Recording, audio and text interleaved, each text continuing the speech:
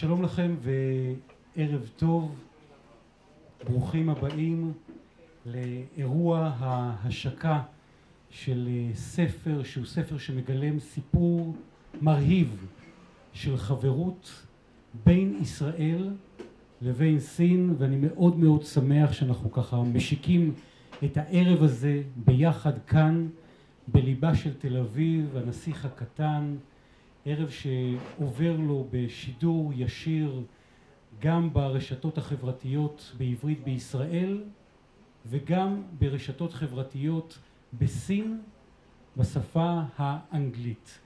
וכיוון שכך, וכיוון שאנחנו זוכים לארח הערב גם את צמרת הנציגות הקונסולרית הבכירה של סין בישראל, חברים אנשי הממשל מסין נמצאים כאן ללמד עד כמה האירוע הזה גם משמעותי מבחינתם. אז ברשותכם האירוע הזה יתנהל לו בשפה האנגלית, ותודה רבה מאוד מאוד לכולכם שאתם כאן יחד איתנו בערב שהוא כולו על טהרת סיפורי סין וישראל. First of all, we would like to congratulate and to thank to our honored guest from the Chinese embassy here in Israel.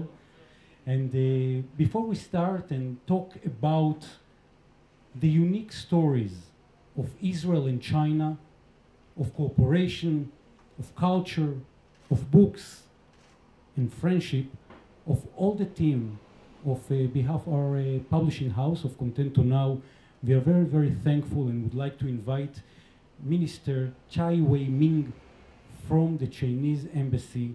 Minister, please. Thank you for joining us.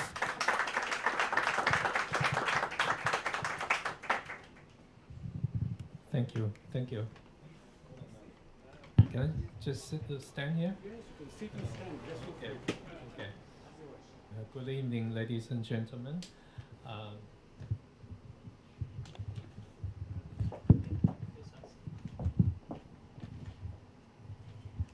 Can you please stand over here? Thank you. Thank you. Good evening, ladies and gentlemen. It's I'm really honored to attend this event tonight, launching of the new book, Stories of China and Israel Friendships, is another bridge for the cooperation between our two countries and two peoples. So, first of all, I would like to express my respect and gratitude to all those who have contributed to this new book, especially Kong Mingyu, and all those who dedicated to the promotion of China-Israel relations. The exchange between the Chinese and Jewish peoples can be dated back to more than 1,000 years. Historically, the two peoples always respect, admire, and sympathize each other. During the past century, our two peoples help each other in our common struggle against evil forces. There are many, many touching stories which should never be forgotten. So, for instance, during the dark years of the Second World War, Dr. Hou Fengshan, a name mentioned in this new book, who was the Chinese Consul General in Vienna, he bravely issued thousands of visas to Jews in Europe to allow them to escape Nazi persecution and travel to Shanghai, where Jewish refugees found a safe haven. And Dr. Jacob Rosenfeld, the Austrian Jewish doctor, who, with the nickname in China, Big Nose Doctor, he has a big nose, came to China and participated in the Chinese people's war of resistance against foreign invasion. He saved the lives of thousands of Chinese people and made great contribution to the liberation of the Chinese people. Incredibly, it was Dr. Hou Fengshan who issued a life visa to Jacob Rosenfeld to help him escape to China.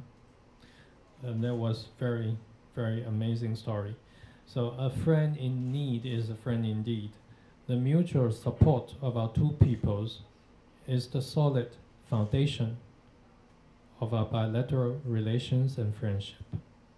So this year marks the 25th anniversary of the establishment of the formal diplomatic relations between our two countries. The past 25 years have witnessed the strengthening of China-Israel friendship. Our bilateral cooperation is at all-time high currently. Our political exchanges are frequent. Only last March, our two countries established innovative cooperation partnership, innovative comprehensive partnership during Prime Minister Netanyahu's visit to China. Our mutually beneficial cooperation continue to expand. China is Israel's largest trading partner in Asia and third largest in the world. The people-to-people exchange between China and Israel is also frequent and become more intimate. Also, these efforts are reinforcing our friendship and mutual understanding, and we believe that the launching of this new book will further push forward this friendship to a new level.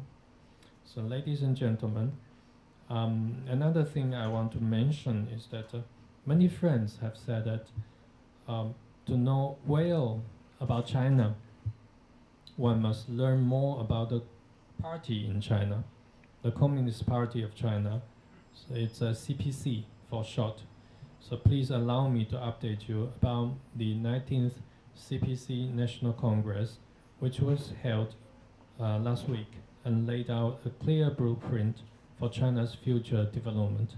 You must have, or I presume that you read something about this Congress on TV, on newspapers in these past few days.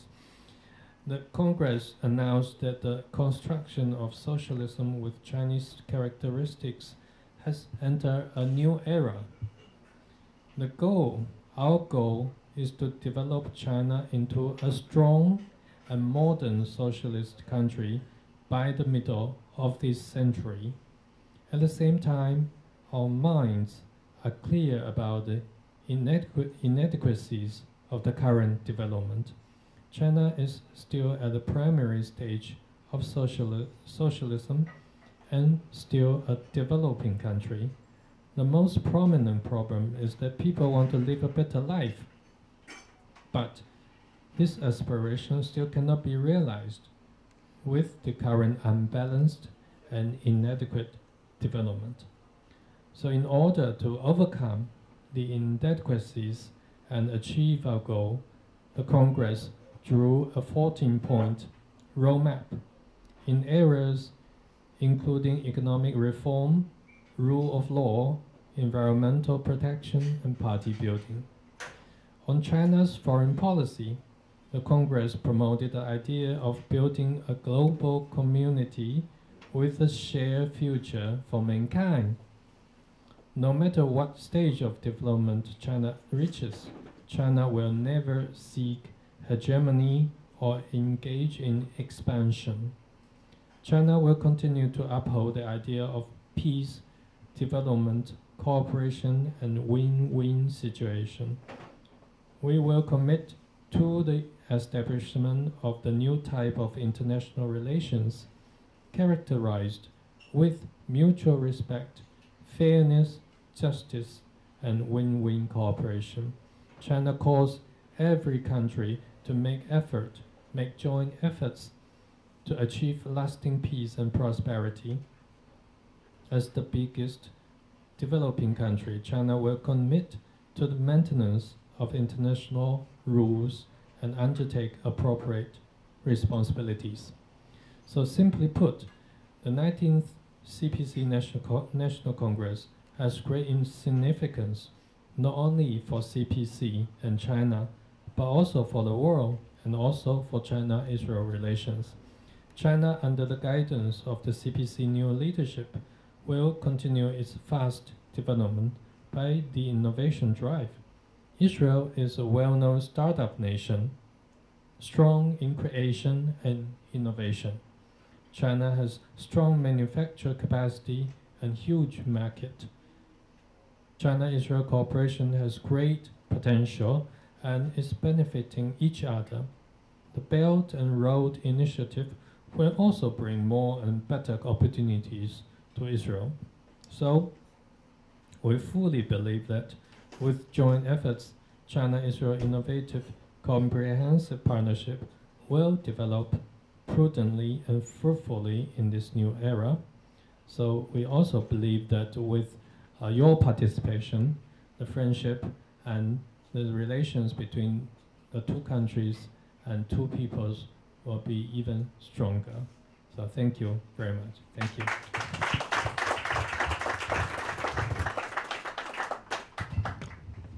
Thank you very, very much, Minister of Consulate Chai Wei-Ming from the Chinese Embassy here in Israel. We appreciate very much your attendance here with all your supportive team that throughout the last days with the team of ContentoNow were very, very interconnected with the first secretary, Wang Ting, and the second secretary, Wang Fengyu, and also Mr. Gao Lei from China Intercontinental Press, which were our Chinese direct partners in order to enable this publication of the new book here in Israel.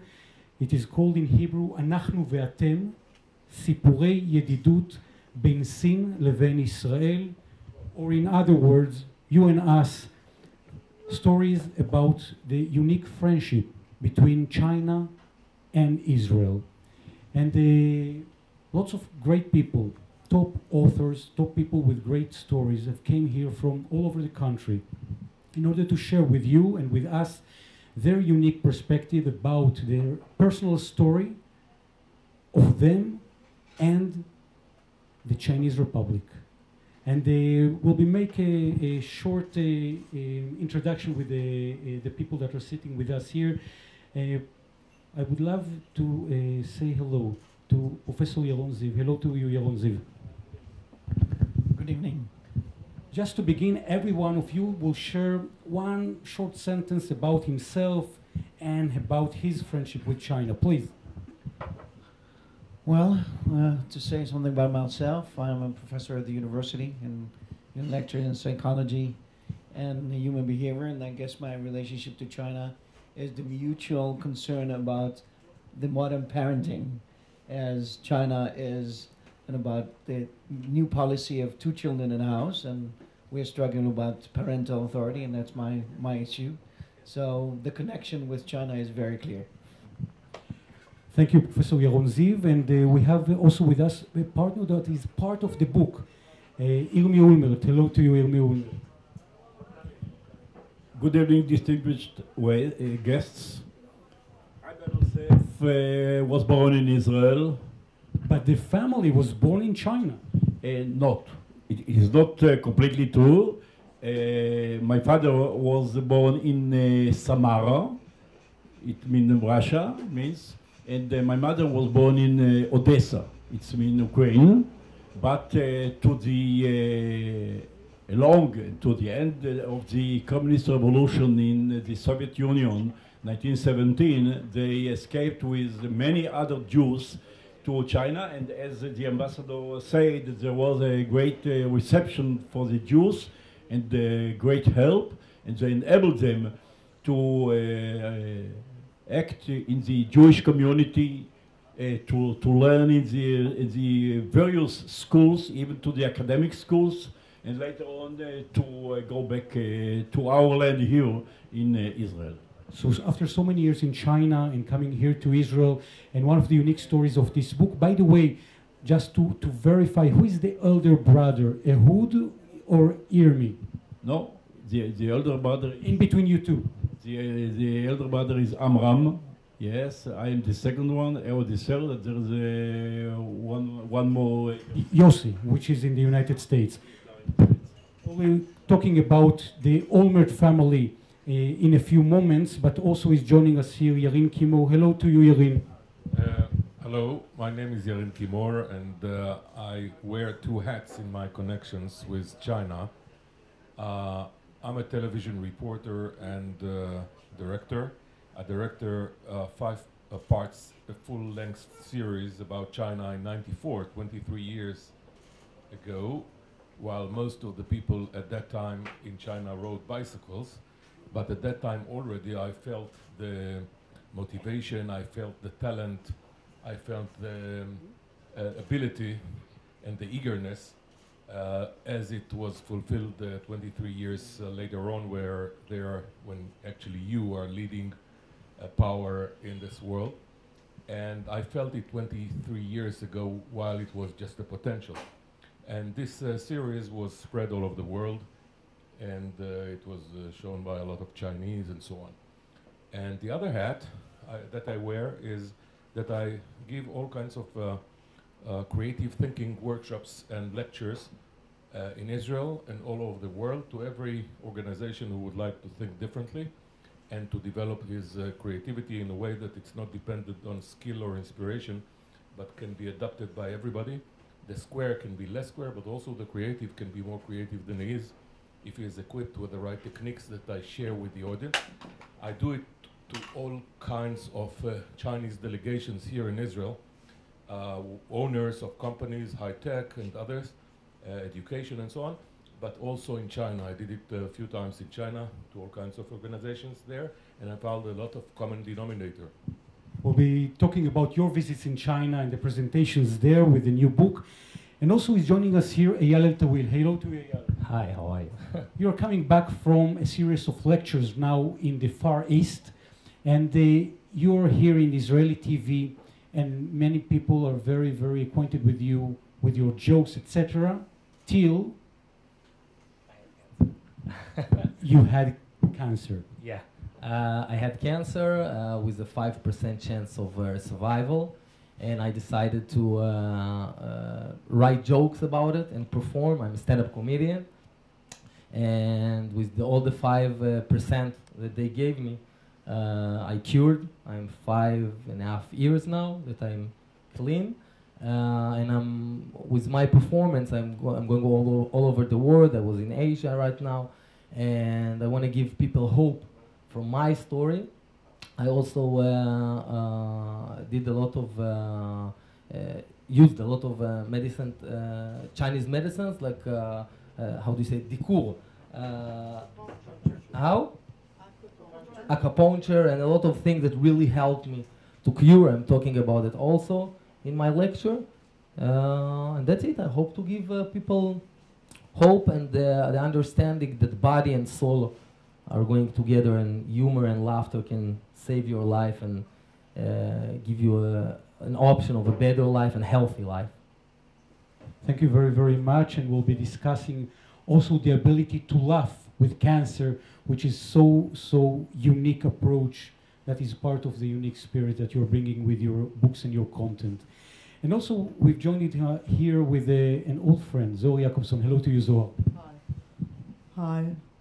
You know, in most of the top Israeli TV shows, there must be a talent that or was working or will be working with a team of Zohar Jacobson. And Zohar, you also have a very, very personal, unique connection to China, and especially to this specific bookstore, Hanasich HaKatan, The Little Prince, that, by the way, he's coming back with a new book. Just Hi. My name is Zohar. I'm the mother of Tal, who died from cancer 7 years ago. Tal was working here 10 years ago, and it was amazing for me because her birthday is tomorrow, the date of her birthday, and I get this email, and I knew I have to come here because Tal was a student of Chinese medicine. When she gets sick, it was in her 4th year of Chinese medicine. She believed very much. She was a freak, really, of everything who came from China. And after she died, we built in the biggest hospital in the Middle East, in the Sheba Hospital, we build a center of integrative medicine. I just saw a book now of integrative medicine in Chinese. And our goal is to build a center of excellence in Israel of Chinese medicine. We give acupuncture, we do a lot of research in herbs, in Chinese herbs, and we give also a lot of knowledge to the people with macrobiotics. We believe on the Chinese medicine. Our research are in the hospital and also with the Technion in Haifa. So I will be very happy if you can join us in your way and that we can do things together on the name of Tal. Thank you. Thank you very much. And as part of this very, very personal, you know, Chinese stories and perspective are part of the hearts of all the people that are sitting here. And we will also are meeting also few authors that are joining us here. And their story, their personal perspective and their personal stories also has lots to do with China, with the Chinese people, with the Chinese perspective. So tell me please, Brigadier General Yirmi Ulmer, when you were visiting China with the former Minister of Defense, Moshe Arens, who is, by the way, celebrating 92 years old in these days, what was your most profound experience while you were visiting China and visiting Beijing? For me, at that time, it was a great curiosity to see this great. When you use the term great, I think that there is no other place in the world you can use it in a so deep pronunciation, because a lot of people, the widest of roads. For example, we have seen one airport in China. I don't remember if it was in Shanghai or Beijing or something like that, but so many planes at the same time in the place, so that everything was great in such a way that you can only imagine how the government, how all the experts of China can arrange it, can use it, can rule it, and at the same time, the behavior, the silence, the treatment of people on the road, at the guest house, and so on, was so nice, so that I could only be very satisfied that my parents did a lot of their years in this country, and today, of course, I'm very satisfied that this great country is a part of the great relationships of Israel all over this world. Thank you very much. And tell me, Professor Yaron Ziv, you were talking about education, you were talking about teaching families how to create boundaries with their children with a smile. While you are giving lectures all over the world, I'll be more than happy if there is something that we could learn, families in the West, but also you think might be relevant for families also in East and also in China. Please. One of the most important things that I think is so relevant is because all over the world, parents are struggling with setting boundaries because children changed, everything changed in our technology, through the technology.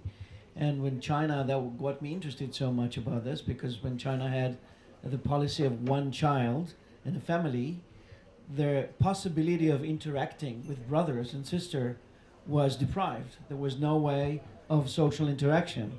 So the only interaction could be in the kindergarten and schools, which created a lot of problems and challenges. Now there is a possibility to really make a change for this Chinese society, for the modern Chinese parents that can learn how to set boundaries calmly and tranquility and with a smile to handle the new policy of 2 children in the family.